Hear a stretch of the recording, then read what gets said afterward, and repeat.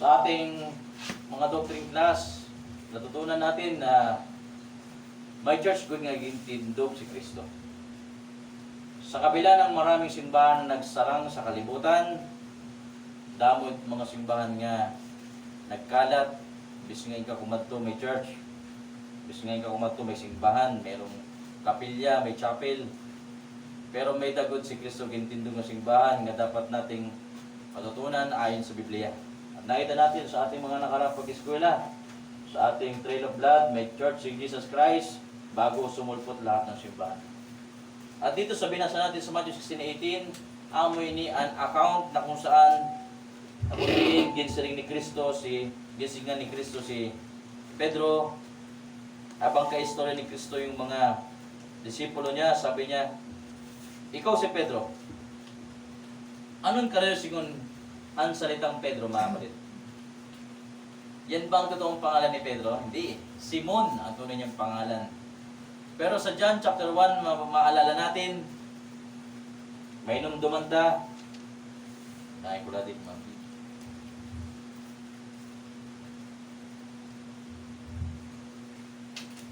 sa John chapter 1, makinungdum tayo, na si Simon binigyan ng pangalan na Cephas. Tignan natin sa John chapter 1, mga kapatid. Hindi talaga yan ang tunay na pangalan ni Simon. Yan ay binigay na pangalan ni Jesus Christ sa kanya. Okay? So John chapter 1, okay, verse 42. John 1:42. So John chapter 1 verse 42. Ano sabi? John 1:42, siring ng baran nga sulatan ngan gindaran niya ay Simon ngadto kan Jesus. Gintutukan niya ni Jesus ngan ginsiring, ikaw hi Simon nga anak ni Juan, pagnangaranan ka nga Cephas. Para nakakagutom yung pangalan niya kasi malamig, di ba? Nakakain ng Sopas, no? Cephas yan, ha? Pareho inihan pulong nga Pedro, nga an kahulugan bato. Okay, so yung tunay na pangalan ni Simon is Simon talaga. Yung Peter o Cephas tsaka Peter, same lang sila sapagkat yung Peter, Griego yan nga kayakan. Kaya naging Simon Peter. Okay, tinawag si Simon na bato. Maliit na bato, stone sa English. Stone, okay? Si Simon, yan ang tunay niyang pangalan. Pedro ang binigay na pangalan sa kanya ni Jesus Christ. Okay, balik tayo sa Matthew 16 verse 18. So, stone here, maliit na bato si Pedro, pero sa Matthew 16:18 may daging yayakan dida si Jesus Christ nga malaking bato. Si Pedro, maliit na bato, si Jesus Christ, malaking bato. Matthew 16 verse 18. Basa natin dyan, mga kapatid. Sabi dyan, and I say also unto thee that thou art Peter. Sino yung Peter dyan? Si Simon. Amen ba, mga kapatid? Amen. Ngayon, sunod. And upon this rock, meron pang malaking bato. At yung bato na yan ay si Kristo. Anong gagawin ni Jesus Christ sa malaking bato? Doon niya itatayo ang kanyang simbahan. Ngayon, kapag sinabing itatayo, dalawa lang yan. Dalawa yung pwedeng maging meaning niyan. Tatayo ka, tatayo mo yung balay, kagaya ng balay, tatayo mo. May pangalawang meaning ang pagtatayo, patitibayin. Okay, naintindihan natin, mga kapatid. Maaring nagawa na yung bahay pero hindi matibay. At kailangan doon papasok yung pagre-repair, pagsasaayos, pagpapalakas, pagpapatibay. Kaya, I think, Brother Kimson, di ba, kapag nagkontrata sa building, meron ding kontrata yun na babalik yung tapos i-repair yun. Meron ganon. Pag may maintenance, patitibayin nila yung building kasi tikaiha, yun, nasisira ang gusali. Ganon din ang simbahan ni Kristo, mga kapatid. Hindi niya lang basta tinayo yung church niya, kundi pinapatibay niya din ang church niya. Kaya kung maisip pa natin, hanggang sa panahon nito, aktibo si Kristo. Simula nung Simula nung tinayo niya ang church niya dito, okay, gagamit na tayo ng illustrator. Simula nung gintindog ni Kristo yung church niya dito sa pinakasyahan nga tuig, hasta yan na, aktibo lagyap si Kristo. Pinapatibay niya yung church niya hanggang ngayon. Kaya huwag natin sabihin na si Kristo wala dito. Maaring siya'y namatay, nilibing, muling nabuhay, pero ni iya buruhaton padayon lagyap sa aton mga kinabuhi. Kung sa aton kita ang nag-aalagad sa kay Kristo. Kung aton una-una, kita ang nag-aalagad sa tinuod na kahimtang, si Kristo lagyap ang nag-aalagad aton na stayanan. Kung paano niya pinapatibay ang ating mga pagtuo, kung paano niya tayo tinutulungan sa araw-araw nating mga pagsubok ng ginaagian, kung paano tayo nakakalikay sa mga tanan nga pagsulay, kung paano natin susulbaran tanan nga mga problema suliranin sa ating paglilingkod. Si Kristo lahat na may gawa niyan. Bisan niya na nga pagturot do, si Kristo lagyap ang nagtuturo sa atin. At si Pastor ay mensahero lang. Pinapatibay tayo ni Kristo hanggang sa oras na ito. Ngayon, si Kristo, tinayo niya yung church niya, pinapatibay niya hanggang sa oras na ito. At sa dating pang mga panahon hanggang sa iya pagbalik. Ngayon, bakit niya ginawa ang church? Ngayon, sa church, mga kapatid ko, dito na tayo papasok sa ating pangangaral, nagbigay siya ng mga kaloob. Sa loob ng church, maraming miyembro. Sa Ephesians chapter 4, may kita natin dyan na mayroong iba't ibang kaloob sa Espiritu. Nang si Kristo sumakahalangit, naghatag-iyahin mga kapangyarihan. Okay? Yung kaloob sa Espiritu ay gahom yan. Ephesians chapter 4. Tignan natin dito. Ephesians chapter 4.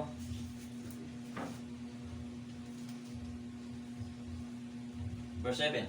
Okay? Ephesians chapter 4 verse 7. Ephesians 4 verse 7. An kada usa aton tinaganhin upa. Sumala ang ginbahin-bahin ni Kristo. Amen mo mga kapatid. Lahat tayo maging karawat ikang ng Kristo. Kailangan natin yan malaman kung ano yan. Okay, sa loob ng church, lahat ng mga Kristohanon nga miyembro, meron siyang tinanggap nga regalo na hindi nakikita. Sabi dito, matagusay, ang kada usa haaton tinagan inupa. Sumalahan ginbahin-bahin ni Kristo. Verse 8, sumalahan siringan kasuratan, han pagsaka niya hakahitasan, iginupod niya indamo nga mga bihag, gintagan niya in mga upa ang mga tao. So nung umakyat si Kristo sa langit, sinama niya yung mga magtinuon sa kanya na namatay na nga daan. Siyempre, patay na yung mga tao na yun na nagtuha iya eh. Kadaan pa eh, no? Sinama niya na yun. Ngayon, pag akit niya, binigyan niya ng mga kaloob sa Espiritu yung mga Kristohanon nga napili. Verse 9, niyan, ano man ang kaulugan ang pagsaka niya? Karoy signon nga lin mo sa diyaanay, haaton pa, ngadto ha kailanman hantuna. Verse 10, sanglit at kun lin mo sa amo nga an sinmaka, ngadto ha igbaw, ngan lapos pahan kalangitan, basi hisabutan nga, ato iya, bisan diin nga dapitan bugos ng kalibutan. 11, amo hiya, ito amo hiya ang nagataghin mga upa ha mga tao. Gintudlok niya ang iba nga maging mga, ano siya, apostoles. Yung pagiging apostoles mga kapatid yan ay bigay na kaloob ni Kristo. Hindi sa lahat. Hindi rin nga tanan nga Kristohanon apostoles. May dala. At ilan yung apostoles mga kapatid sa simbahan ni Kristo? Piraman. 12. Ika-13 si Paul na misyonero. Alala nyo? Ika-13 yan nga apostol. At sa panahon natin wala ng apostol. Patay na ilang nga tanin. Tanan sila, namatay na sila. Dinhi nga dapit. Sa first century, siya nga tuig, 100 years, wala ng mga apostol. Kaya kung mayroong mga nagpapakilalang apostol yan, hindi rin na ito tinuod. Kaya no, waray nila nakaupod si Kristo kumain. Waray nila nakaupod si Kristo sa pagkamatay, pagkalibing, muling pagkabuhay. Waray nila experience nga personal. Ito nga body-body nila nga kaupod si Kristo waray. Because yun yung requirements para maging apostol. Yun yung requirements. Kaya wala na apostol sa panahon na ito. Ngayon, sumunod. Ano pa yung binigay ni Kristo na kaloob? Siyahan, mga apostoles, sumunod. Anong gift? Maging mga propeta. Pag sinabing propeta, paragsaysay, paragtutdo. Ang trabaho ng propeta, tumanggap ng mensahe mula sa Diyos. Kasi may, noong unang panahon, yung mga propeta, diretsahan manitira pakikistorya. Walay pa man Biblia adto. Pagkarawat na ng mensahe, mga propeta, ibibigay nila sa mga tao. Ngayon, meron din mga propeta sa simbahan. Paano tayo mayroong propeta? Tumatanggap sila ng mensahe mula sa Diyos sa Biblia at kanilang binibigay sa mga tao. Teachers, prophets ang tawag dyan. Okay? Sapagkat sa panahon natin, hindi na natin kailangan ng mga inok. Hindi na natin kailangan ng istorya nga, ay, nag-istorya may Ginoo kagabi. Ano man niya, halaw may tingog. Sugod din eh. Marjorie. Dili, wala na sugod dito niya na. Bakit? Meron na tayong Bible. Kompleto na. Kung karoyo gan tao nga istorya ng Ginoo, pagbasa iya. Kung man niya pagbasa, siya liwat ang makikistorya Ginoo pinagihin, pagampo. So that is two-way communication.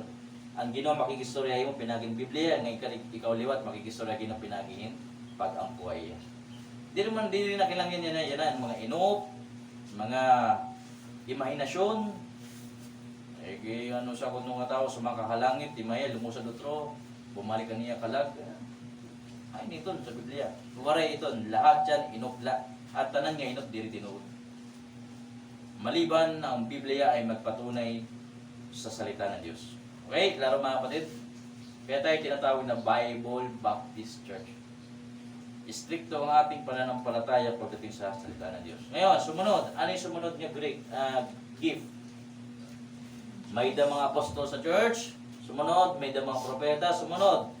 May da mga evangelist. Ano yung mga evangelist mga kapatid? Ang mga evangelista, sila yung nagsasangyaw han maupay nga sumat. Okay? Yung word na evangelist, nagsimula sa word na evangel. Evangel. Meaning, tagapagdala ng maupay nga sumat. Mensahero ba?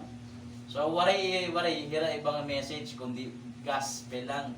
Makatwira ay iba't ibang lugar, o dili sila magwawalihin ibang mga pulong, kundi gospel lang.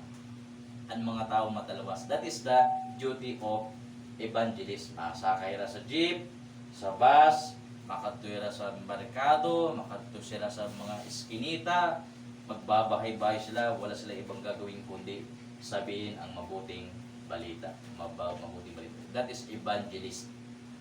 Okay, sa church natin, may evangelist ba tayo? Meron tayong gano'n. Si pastor, evangelist. Pero I pray na meron sa atin dito nakapatiran na master niyang ebanghelyo, sa kanya mismo magtikang ng banal ng Espiritu, makatuyabis ngayon, may dala siyang megaphone, speaker, may tayong speaker dito, sasabit mo lang sa leeg mo yun, makatuyabis ngayon, magwawali ka. Bisan 15 minutes lang. That is evangelist. Next, ano yung sunod na gift? Merong pastor. So sa church, merong pastor. Anong trabaho ng pastor? Magkaklaruhay tayo sa ating mga kaloob sa Pilipino. Ang pastor siya ay magbabantay sa mga tupa. Shepherd. Kaya tinawag siyang pastor, siya ay magbabantay, mag-aalaga, magkikita. Okay? Hebrews 13:17. Ito yung isa sa klarong nga purwato ng pastor. Hebrews 13 verse 17. Okay? Hebrews 13:17. Sa loob ng church meron yan. Kaya sa church natin may pastor. Itong trabaho ng pastor, Hebrews 13:17. Sabi dito, sugta ang iyong mga pangulo, ngan sundan ira mga sugo, nagbabantay kira. Okay, yun yung pinaka ultimate na trabaho ng isang pastor. Nagbabantay kira ang iyong mga kalag. Okay, so hindi ba sa binabantayan yung katawan ng mga member? May CCTV, may nagre-report kay pastor kung ano't nag-inaanit mga member. Hindi ganun. Ang binabantay ng pastor ang mga kaluluwa. Amen ba mga kapatid? Hinwaray, nagbabantay rin yung mga kalaginwaray pagpahuway. Tungod nga kinahanglan, humatag ira sa Dios, hinkasayuran, ang ira pag-alagad. Kung subton niya hira, magbubuhat hirang nga malipayon. Kaya kung diri, magbubuhat hirang nga mabituon. Ngan diri ini mga kabuli kayo. So yan ang trabaho ng pastor, magpakain sa mga tupa, mag-alagyam, magbantay sa mga kalag, ingatan mula sa mga maling aral. Kung yung mga tupa naliligaw na, kailangan niyang maibalik yun sa lugar ng Diyos. Kailangan niyang pangunahan yung mga tupa kung makain pag dalagan, kung makain nga dapit, siyang maglilid sa mga tupa. Dahil yung pastor. Amen ba mga kapatid? Yan si Kristo sa atin, siya ang ating pastor. Ngayon, wala si Kristo. Physically. Wala yan ialawas nga di. Kaya yan naghatagin mga pastor sa loob ng church. Para hiraan gintagan ng Ginoo, kinadman sa pulo sa Ginoo, pagbantay, pagbulig, sa bisano nga paagi, para hiray makagsulit sa Ginoo. Sa church, sila yung pinakamabigat na obligasyon. Sa loob ng simbahan, yung pastor ang may pinakamabigat na pananagutan. Bakit? Pag akyat sa langit, hindi member yung mananagot sa pastor. Si pastor ang mananagot sa mga member. Kung paano niya sila tinuruan na salita ng Diyos, kung paano sila pinangunahan sa paglilingkod. Kaya mahalaga ang pastor. Kung walang pastor, ano mangyayari sa mga tupa? Naintindihan natin mga kapatid? Ganyan pinapatibay ng Diyos ang church. Kaya hanggang ngayon, gusto kong malaman natin, mahal tayo ng Diyos. Mahal tayo ng Diyos sa lahat ng pamamaraan. Bakit? May pastor tayo. Yung pastor, hindi yan pinipili. Binibigay ng Diyos. Jeremiah 3:15. Jeremiah 3:15, mga kapatid. Okay? Jeremiah 3:15. Anong sabi ng Biblia sa Jeremiah 3:15? Ang pastor ay binibigay ng Diyos mula sa kanyang puso. Jeremiah 3:15.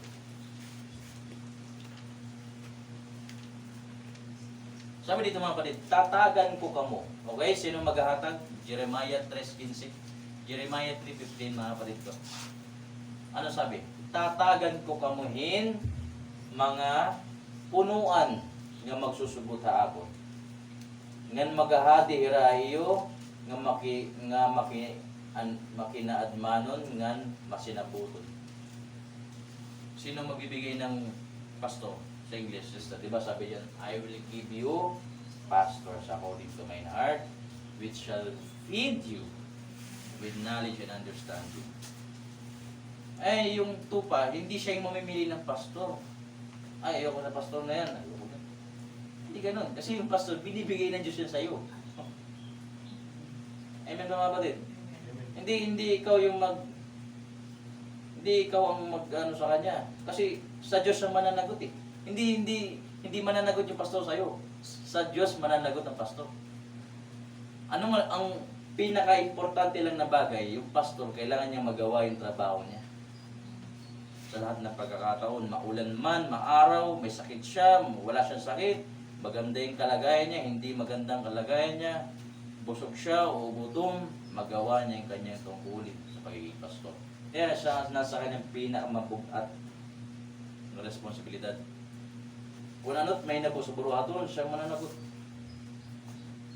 Baratunan niya lahat ng aksyon sa loob ng simbahan. At yan ay natutunan natin sa salita ng Diyos. Kaya, ang pagiging pastor ay pinakamataas na panawagan ng Diyos. Sa lahat ng trabaho sa buong kalibutan, ang pagiging pastor, yan ang pinakamataas sa trabaho. Sabagat hindi ka naglilingkod sa tao, sa Diyos ka naglilingkod. Kaya kung sa atin mayroong kasing-kasing magpastor, kung may dahatag itatawag ng Ginoo, yan ay maupay nga kasing-kasing. Sabagat yan ay bibihira lang sa loob ng iglesia. Diritanan pastor. Amen pa mga kapatid? Mahuri yan. Kapag nagkaroon ka na ng biyaya ng Diyos, nilagay ka ng Diyos sa kalagayan na yan, wala nang atrasan. Hindi biro ang gawain yan. Sumunod, balik tayo sa Ephesians 4, mga kapatid. Ano yung pinakahuling binigay ng Diyos na gawain? Sabi doon sa Biblia ay mga teacher. Diba? Kaya sa loob ng church, meron ding mga teacher. Merong mga magturutdo. Merong mga maaram sa Bible. Ngayon, yung teacher, siya ay nasa ilalim ng pastor. Okay? Under shepherd lagyapya. Bakit? Tupagyap ito ni. Amen ba mga kapatid? Amen.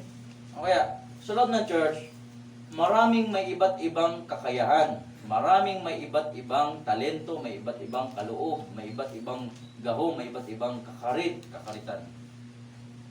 Pero magtitibay lang sila. Okay? Magiging madigunla ang church kung magiging maayos sa loob ng iglesia, magkakaroon ng disiplina. Kaya meron tayong disiplina, magkakaroon tayo ng kaayusan sa loob ng church. Basahin natin 1 Corinthians 14:40. Bisan may iba-iba tayong kakayahan, iba-iba tayong kaloob sa Ginoo, iba-iba tayo ng talento, iba-iba tayo ng kapangyarihan, kailangan meron tayong kaayusan sa loob ng church. Okay? Amen mga kapatid. Anong sabi ng Biblia? 1 Corinthians 14 verse 40. 1 Corinthians chapter 14 verse 40. Ano sabi? Kinahanglan, ano sabi? Kinahanglan buhaton ang nga tanan, haangay ngan tuhay nga paagi. Sa Tagalog, tatagim sa dyan. Ano sabi ko? 1 Corinthians 14:40. Hayaan ang lahat ng mga bagay ay magawa ng nararapat at sa kaayusan. Amen. Yes, maraming member. Amen ba mga kapatid? At I pray, isang araw, hindi tayo ganito lang karami. Ngayon, kapag dumating yung time, nung mabot tayo ng 5,000 dito, hanggang saan kaya abutin yung simbahan natin? 5,000 yung mga patiran. Kaya problema, walang kaayusan. Sa tingin nyo, dito ba ang church kung walang kaayusan? Hindi. Bisa ano nga irapan ng kamot? Kung walang kaayusan, masisira ang iglesia. Kaya kung ano yung natagpuan mong ministry sa church, panindigan mo. Patibayan mo sarili mo dyan. Maging committed ka dyan, maging matapat ka sa yung tinanggap na gawain sa iglesia. Sapagkat hindi mo yung tinanggap sa tao, tinanggap mo yan sa Panginoon. And while you are doing that ministry, lumalakas ang church. Habang tinutupad mo yung tinanggap mong ministry, napapatibay mo ang church. Habang ginagamit mo yung tinanggap mong gift sa Panginoon, napapatibay mo ang iglesia. That is very mysterious. Ito, mahiwaga to. Paano mo papapalakas ang yung simbahan mo? Gawin mo yung dapat mong gawin. It's very simple. Ganun din sa construction eh. Diba? Okay, sa lahat ng bagay, sa loob ng bahay, si nanay yung namalengke.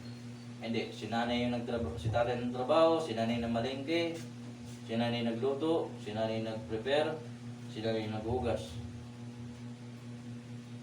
Si nanay pa nag-ayos pa dun sa burtangan yun, kainan. Sa tingin nyo, napalakas ang bahay, ang pamilya. Hindi.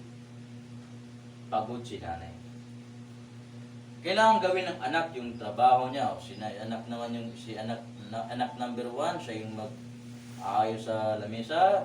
Sa anak number 2, may gagawin siyang iba. Sa anak number 3, hanggang sa anak number 20, kasi 20 anak niya eh. O diba? Kompleto yung lahat ng gawain sa loob ng bahay, kompletong gagawin. Bakit? Lahat may ginagawa. At doon lumalakas ang isang pamilya. At ganoon din sa loob ng church. Kapag ang isa lang ang kumikilos sa loob ng church, anong mangyayari sa doon? Anong nangyayari doon sa isang kumikilos na yan sa loob ng church? Sa tingin niyo, ano pwede mangyari? Tasabog yun. Bubuto yun. Kahit sa wirings, bad. Diba? Sa kanya lang lahat direct ng, puputok yun lahat ng pressure. Kahit sa tubo. Maliit lang yung tubo niya. Pero yung sinusupply niya ng tubig, ang dami. Puputok ang pressure. Kaya kung lahat ng mga may kaloob sa Panginoon, i-a-apply niya para sa church niya, lalakas sa church niya. Amen, mga kapatid? Kaya kung ano yung tinanggap mo, i-discover mo, palakasin mo pa. At maging committed ka ito ng buruhaton. At sa pamamagitan niyan, hindi lang ikaw yung dumidigon, pati yung ikasibugto ni nadigon din. Meron siya nagagawa na hindi mo nagagawa. Meron kang nagagawa na hindi niya kayang gawin. Pero pag nagsama kayo, malakas ang dating. Diba? O, ganun yun sa ministry. Kaya, si pastor, bagamat kabisado niya lahat ng ministry, hindi niya kayang gawin lahat.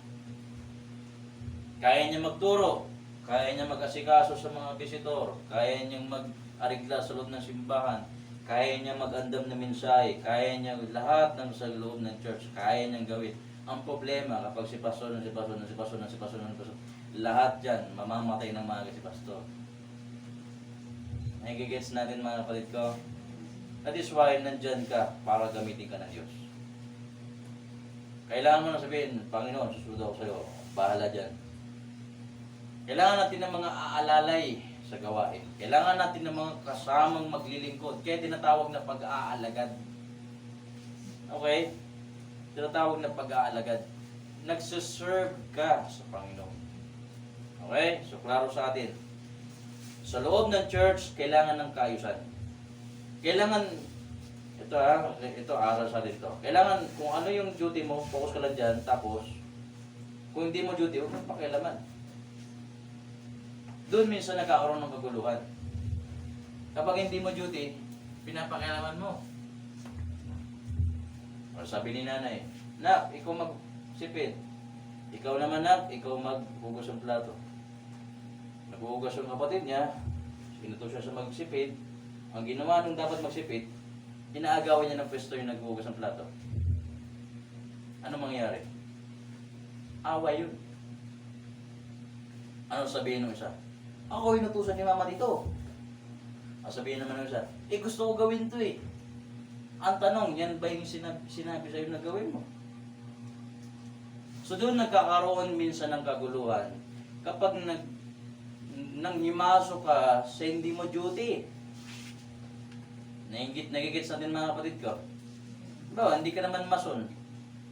Karpintero ka, pero papakitaan ko ng tricks to kasi marunong din ako sa mason. Karpintero ka eh. Nangialam ka doon. Ano nangyari sa trabaho? Sira ang trabaho. O ganun din sa loob ng church. Okay? Si kapatid, may duty siya. Siya lang yun. Focus siya dyan. Si sister, dito siya.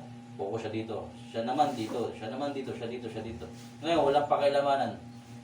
Pero kung nagsabi ng, Brad, pagbulig, bubuligan ta. Pero kung hindi, sige, tuloy-tuloy lang.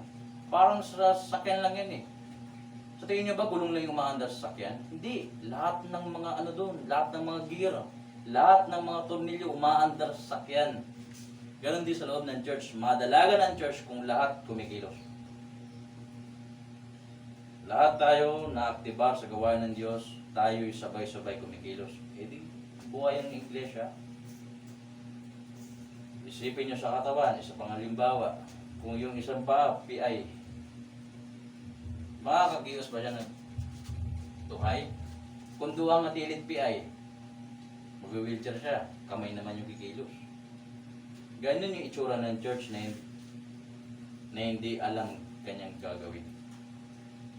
Kagaya siya ng PI na nakukurian pag-uswag, pagbaktas, tikat-tutiyak, karatuan. Baga niya PI. Number 1, kailangan ng kaayusan. Nabawa, sa pagpapastor. Mabigat ang tungkulin ng pastor, kaya sa loob ng church, kailangan kumilala tayo ng pastor. Hindi lahat pastor. Okay? Kailangan kung ano yung instruction sa atin ng pastor, pakinggan natin mabuti. Sapagkat di mo alam, blessing na pala ng Panginoon yan. Ano ba? Minsan may sinabi si pastor, may si kapatid na ganito na may boses siya, makontrahiya. Gulo yun. Magwawali si pastor, merong member na sabihin natin kung maaram, lalabanan niya. Ano mangyayari sa church natin? O, di ba mga kapatid ko? Ganito na lang, maghiwalay tayo. Magpastor ka na ibang simbahan mo. Sabagat sa ating church, gusto ng Diyos ng kaayusan. Okay? 1 Corinthians 14. 1 Corinthians 14. Ang Panginoon ay hindi pasimuno ng kaguluhan. O, ayos-ayos ang tinuturo, ginugulo. O, 1 Corinthians chapter 14. May natutunan ba tayo mga kapatid? Amen. Salamat sa Ginoo. 1 Corinthians chapter 14 verse 33. 1 Corinthians 14 verse 33. Sabi dito, kayo waray kita tawagahan Dios nga magmasamok. Amen ba mga kapatid? Kundi nga magmalinaw nga magmamurayaw. Hindi tayo tinawag ni Diyos para magkagulo-gulo tayo, kundi tayo magkaroon ng kalinawan, ng kamurayan. Saan yung binabanggit ko? Bawa, yun na lang. May preaching, ito yung instruction. Ayaw niya sundin, gagawa siya ng sarili niyang daan. Tingin niya, magkakaisa tayo dito. Walang mangyayari. Mag-iiyak tayo ng maraming tuwig, sugad lagyak. Anaton ministry. Why? Gusto niya, pastor din siya. Ako, hindi niyo po ako pastor dito. Missionary pastor po ako. Ako ay proxy ng mayorga. Kaya walang mission kung walang missionary. Paano magkakaroon ng mission kung walang missionary? Kaya may missionero. Missionary pastor. Hindi niyo pastor yung asawa niyo. Hindi niyo pastor yung anak niyo. Hindi niyo pastor kung sino-sino. Meron kayong pastor sa loob ng church. Pagdating sa spiritual na mga butang, siya iyo magiging gabay. Pagdating sa mga butang ng mga kanang Ginoo, aton mga pabubuhaton, may pastor tayo. Amen ba mga kapatid? Okay, meron tayong pastor na dapat nating pakinggan. Malaking blessing na nakikinig sa pastor. Okay? Kaya pasalamat ako sa buhay ni Pastor Felix. Sapagat simula nung nag-alagad ako sa Ginoo, di rin niya ako pinabayaan ng pagtutulog. Talagang pinapok niya ako hanggang sa umiyak, lumuhod ako, hanggang sa tinaas ako ng Diyos, hanggang sa tinuruan ako ng Diyos. Nandiyan si Pastor. At nakikita ko rin yung mga panahon na pag anong resulta pag lumalabang ka sa Pastor, wala kang kapayapaan. Pastor mo yan eh, binigay ng Diyos sa'yo yan eh. Hindi mo alam, sinasabi niyan dahil nagmamahal siya sa'yo. Nagmamalasakit sa'yo. Okay? 1 Peter chapter 5. Yung verse yan. Oh, walang tuyo si pastor na maraot para mo. Kundi bibigyan kanya ng biyaya ng salita ng Diyos. Papayuhan kanya, aayusin niya ang bisan ano nga putang nga mga yawanon nga mga panrubahay mo. 1 Peter chapter 5 mga kapatid. 1 Peter chapter 5 verse 1. Okay, pastor tinatawag ding elder sa waray katigurangan. Okay? Sabi dito, 1 Peter chapter 5 verse 1, nagahangyo akuhan mga katigurangan, didan iyo simbahan, kay ako sugad man na iyo. Saksi akuhan mga pagantos ni Kristo, ngan makakaangbit akuhan ipapadayag, nga himayo. Nahangyo ako iyo. Verse 2, anong trabaho ng pastor?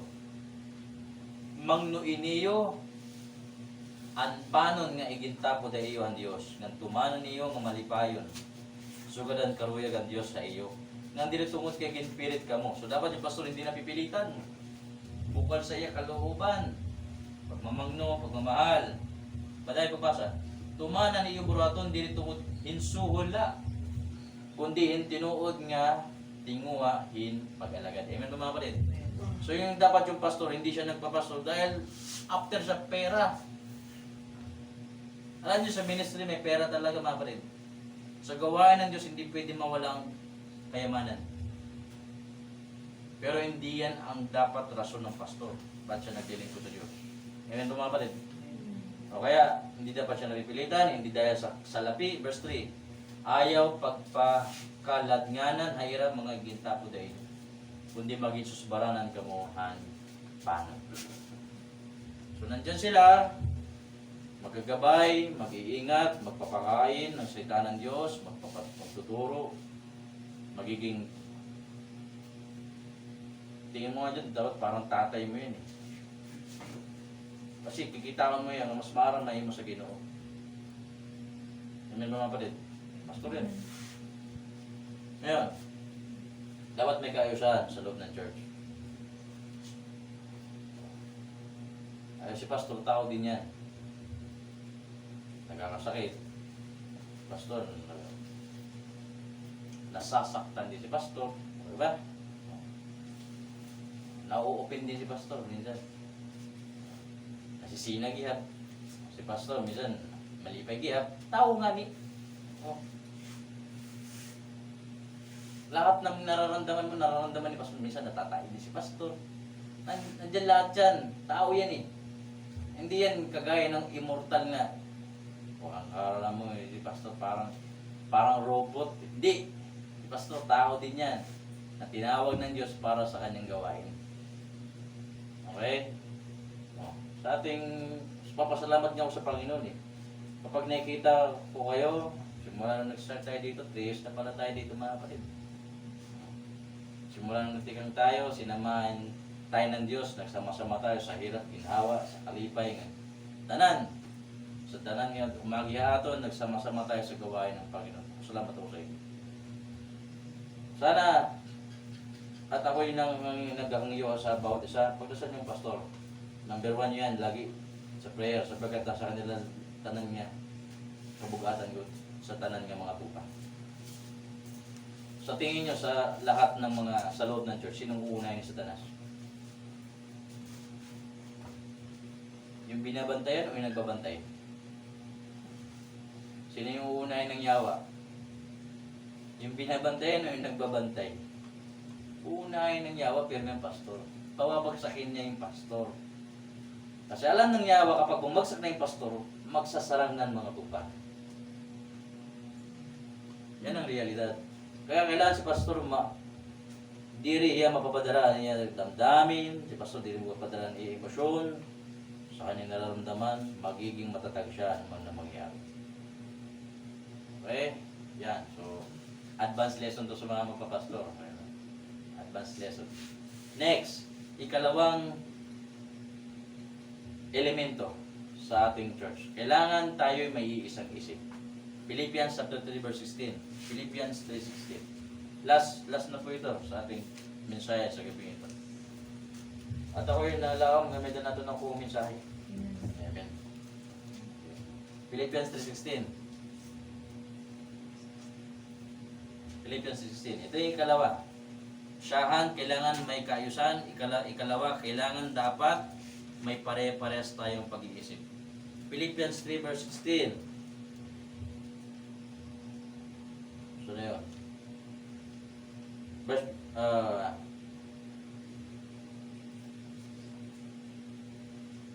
15 to 16. Okay? Kita nga tanan nga hantong nakapagtuo, angay nga masugad iniyan aton panuna-una. Kundi kun may nadahay lain nga panuna-una, ipapadayag inihan Dios sa iyo. 16. Kundi bisan ano ang mahinabu, pagtipawunan kita sumalan amo gihapon nga mga trumanon, nga aton ginsulod nga da yana. Verse 17, kabugtuan ko, pagpadayon kamuhin pagsubad hapon. Igit pakita na namon hayo ang matado nga susbaranan, sang dit pagsubad kamo hadton mga nagtutuman ini nga susbaranan. So we must have the same mind. We must mind the same thing. Kailangan pare-pares tayo ng isip, pare-pares tayo ng huna-huna. Nasunod tayo with rules. Okay, may rules tayo sa church. Ayan mga kapatid. Meron tayong discipline sa time, may discipline tayo sa ating sarili.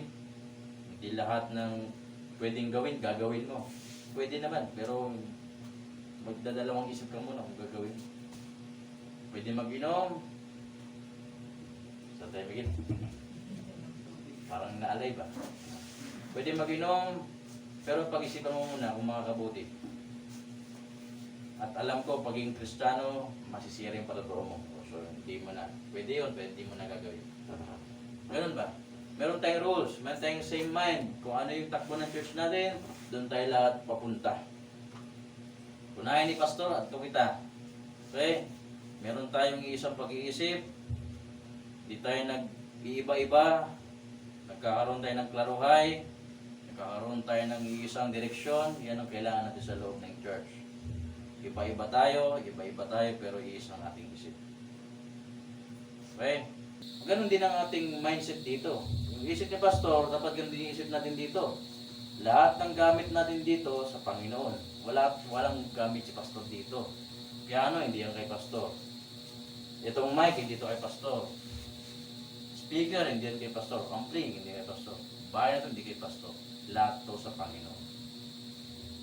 Umalis kami sa Antipolo, wala kaming dala kahit ano. Sa Antipolo, Damo Itnapundaran Ministry. Kompleto lahat ng tools. Gusto ko lang i-share as testimony. Maraming napundar ng mga sarakyan gihapon. Pero bisan mausahiton ng mga bukbutang, waray gindaray pastor nga diha mayroon ka. Bakit?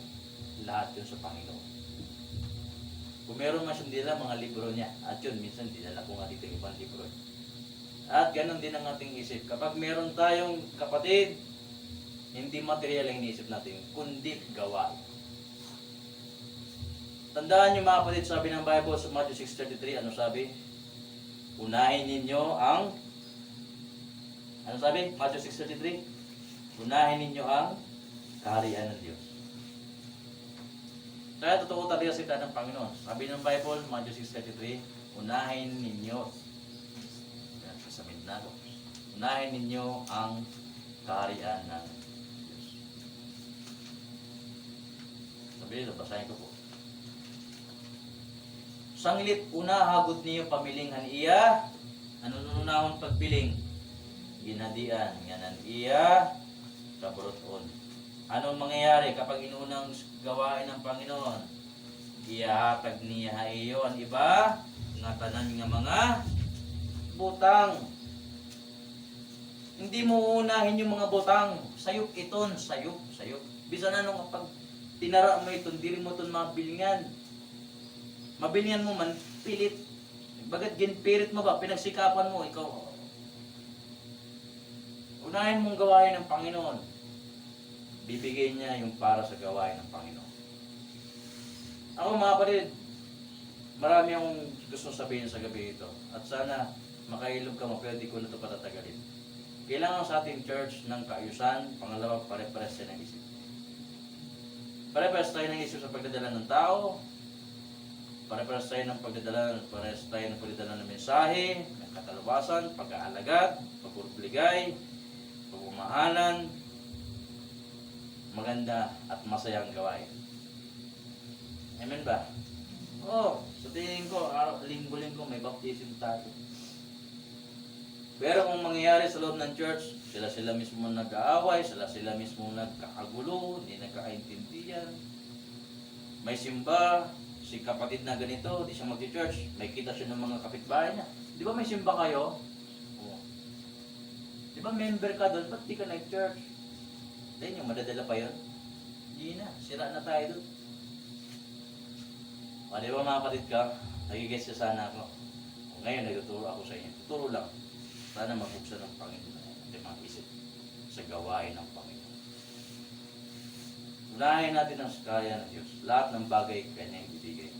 Ngayon, halimbawa, naliligaw ka sa ministry mo, di mo alam gagawin mo, pwede ka magtanong.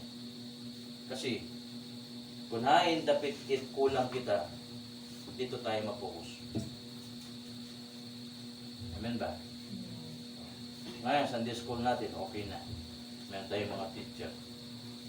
Gusto ko bilang, nais natin bilang mga magkakapatid, maayos sa ating music ministry. Mag-pray tayo ng matuka. Pagtutuan natin yung pagtuka. Meron na tayong social media ministry. Okay na. Naka-set up na arangkada na Sunday school natin, naka-arangkada na. Kailangan natin pagtulong-tulungan yung mga parte na hindi pa natin napupuruan. Hindi pa natin medyo nabibigyan ng duelo. Kailangan natin bigyan ng effort. Kaluyan tayo ng Ginoo. Ngayon, may mga bagay na hindi pa natin magagawa ngayon, pray lang. Dasal. Sa tingin mo, di ka magagamitan ng Ginoo sa mga gawain sa adlaw-adlaw, nakasimba ka lang pag may simba. Kaya mo magtrabaho, trabaho ka, bigay mo yung offering mo, bigay mo yung tithes mo. Sa ganung paraan, ang gawain ng Panginoon, makakabili tayo ng mga gamit sa loob ng church. Masusuportahan natin yung mga nililingkod. Iiwasan natin, ito ha, lilikayin natin to. Likayin natin na yung mga naglilingkod sa Ginoo, pagagawin natin ng ibang bagay, tsaka natin sa tutulungan. Hindi ganun yung tamang pagbulik. Okay, bawa. Gusto ko tulungan si Pastor. Oh. Pastor, paglimpyuan na yun eh. Paglimpyo ka sa CR namin, Pastor. Pastor, gusto ko namin tulungan eh. Eh si Pastor, magbabahay-bahay. Natulungan mo si Pastor, pero yung gawain niya hindi. Nag-gets niya? Naiintindihan natin. So that's the lesson. Oh. Kung tutulong tayo sa gawain, laglag lang natin dito. Ay mo, bird, pangit yung bird na laglag. Anong tawag na ba? Ihulog. Ihulog lang natin dito. Amen ba mga palit? Nagigets niya? That's how we run the ministry. Hindi natin kailangan masasakano sa kung ano. Tayo mismo magpapatayo ng ating simbahan, lalakas tayo dito. Sumunod lang tayo sa rules, sumunod lang tayo sa ating pagkakaisa. At ganun din ang nangyayari sa mga palit natin dito. Tuloy-tuloy lang tayo. Sapagkat ang Panginoon, hindi naman siya puta na hindi niya nakita yung ginagawa natin. Tuloy-tuloy lang. Because there will be a time, sabi ng Panginoon, andam ka na. Buhos ng Diyos lahat ng pagpapala sa'yo. Pero kung ngayon pa lang, talagutin na buruaton, hindi mo magawa. Hindi pwede. Ang natatapuran sa maliit, natatapuran sa malaki. Ang natatapuran sa guti, natatapuran sa dako. Kaya kailangan maging committed. We are praying for faithful members. Yan, isa sa mga prayer natin ng gabi. Lord, make me faithful. Gawin mo kung matapat. Kung meron akong bibigyan ng time para sa iyo na ito. Amen ba mga kapatid ko? Saan may nakukuha tayong mensahe sa gabing ito? Mga youth, maging faithful sa Panginoon. Mga tatay, magpakatatay. Mga nanay, magpakananay. Basahin natin Titus chapter 2. Last na po ito. At magdadasal na po tayo.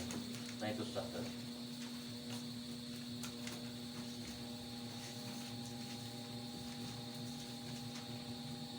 Tuloy-tuloy lang. Faithful lang. Patuloy lang. Kailangan natin ng kaayusan, pagkakaisa ng pag-iisip. Nawawala yung Titus ko. Si Tito. Titus chapter 2. Verse 1. Ano sabi? Titus chapter 2, verse 1. Sabi dito, kundi kinahanglan itudlo mo ang igo ug angayhan maupay nga pagtulunan. Verse 2, sumati ang mga tiro-tigurang na mga kalalakihan. Nga magmaligdong ngan magbination nila. Ano po yung mabination? Ano yung sabi yung mabination? Sa Tagalog, Tatay Kimson, verse 2 tayo. Mabination.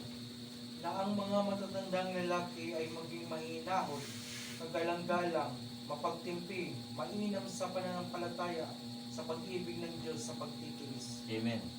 So yan dapat ang karakter ng mga men sa church. Ano sabi?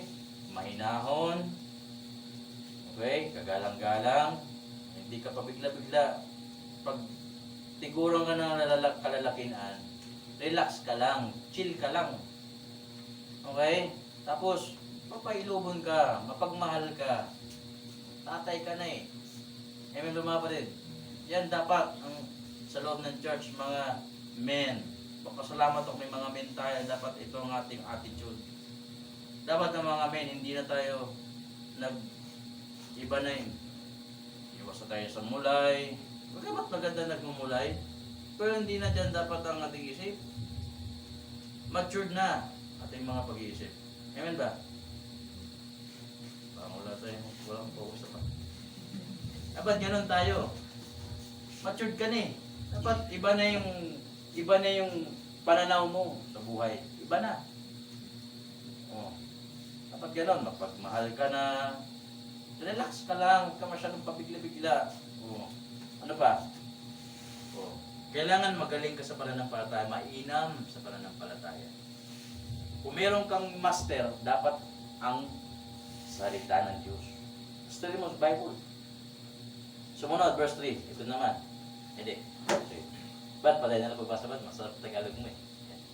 Verse 3. Verse 3. Ang mga matatandang babae ay gayunman na sila ay umasal ng nararapat sa kabanalan, hindi nagpaparatang ng masama, hindi mahilig na sobrang alak, mga tagapagturo ng mabubuting mga bagay.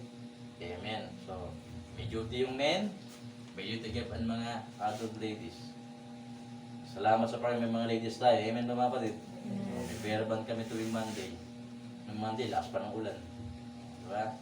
Ano yung duty ng mga ladies? Adult ladies, sabi dito, magturo ng mabubuting bagay, dili para ubog. Ibig sabihin, no? Noong unang panahon, mga babae talaga para ubog eh. Sabi dito eh. Diba? Eh dito, wala naman siguro para ubog. Ano na dasal, no? Tubig lang. Tubig lang. Okay. Oh. Tubig tsaka kape. So, yun lang. Mag-act tayo ayon sa edad natin. Bumius tayo angay sa kung ano kita. Mga bata maglaro. Amen ba mga kapatid? Majority, maglaro ka. Normal yun. Pero dapat mayroong disiplina. Oh. Mga matatanda, sabi ko ba pang maglaro? Maglaro kayo. Kasi di naman tumatanda tayo, pero bata pa ating mga puso. Young at hearts, ba? Oh. Pero, Bad Miguel, baka ibang laro nasa isip mo. Baka delikado yung laro mo. Bad? Chase Carter. Dapat yung ating mindset mga kapatid ito ibinubuhos natin sa mga bagay na mapulsanan. Ba, malabait magulot, nagtinunga ka dida. Nasugat pati mata, nagkurap-kurap. O kaya yung labi mo nagsugod-sugod, yung talingan mo sugod-sugod. Di ba, nagigits nyo mga kapatid? Huwag mo hayaan na yung magkulog mo na sa sayang. Bakit? Meron kang church. Kabilang ka sa katawan ni Kristo. Dapat meron ka man lang napusil. Kung may ka man lang naigo. Oh. Kumbaga meron kang na-achieve man na sa magkulog. Pag-igda mo sa gabi, may maalala ka, ito yung ginawa ko kanina. Eh, humigda ka, wala kang naalala ginawa mo. Nagigets nyo, mga kapatid ka? Nagtuturo pa ba ako? O, kasi hindi tayo uswag. Hindi tayo pagpapalayan ni Lord. Bisan pag inapunta, Lord, bless mo ako. Eh, wala kang ginagawa. Wala kang man lang goal. Kung ba, kung walang ginagawa sa bahay, ano man lang, sumama ka kay pastor, magbahay-bahay. O, wala kong gagawin ngayon, makuha muna kay pastor. Para may naman siyang taga-kubit. Ito, meron sakay sa likod. O, di ba? Parang ganun ba? Mature na isip mo. O. Minsan, naubos yung tayo na dyan sa cellphone. O. Baka may tumataya pa sa online. O, iwas tayo dyan. Di kayo na ito. Ubus natin yung time natin sa mga bagay na matured na. Mga butang, pang-angay sa aton, mga kapatid. Amen ba? Ganun yun. Cellphone ko na cellphone. Yung oras, dumadalagan, mamaya-maya. Meron ka pala nakalimutan gagawin. That's very hindi pa kailangan i-develop natin lahat ng mga bagay sa ating mga pamumuhay. Diba pinagpalatay ng Diyos? Marami pa akong gusto ituro, siguro sunod na panahon. Kulang na tayo sa time, tapos na 6:20 na. Nawal may naibaroan tayo. Magkaisa tayo ng isip. Magkaroon tayo ng isang rules. Sumunod tayo sa rules. Pastor tayo, may mga kapatid tayo, hindi mo alam gagawin mo, mag-pray ka, magdasal ka, tayo pastor, magtanong ka, mag-chat ka, mag-message ka, pastor, isang hinga na lang, patay na ako, ganun. Pastor, ano gagawin ko? Umiyak ka sa Panginoon, parang walang direksyon ng buhay ko ganun, dasal ka, load ka, ganun. Kung wala ka talaga mapupuntahan, punta ka sa church mo, kaya masaya may pag may church. Okay, yung mga tao na walang church, hindi ko alam paano sila nakaka-survive. Pray na tayo. Haba tayo. Abutin tayo alas 12. Balita mga palit. Sana pinanabless tayo. Pray tayo.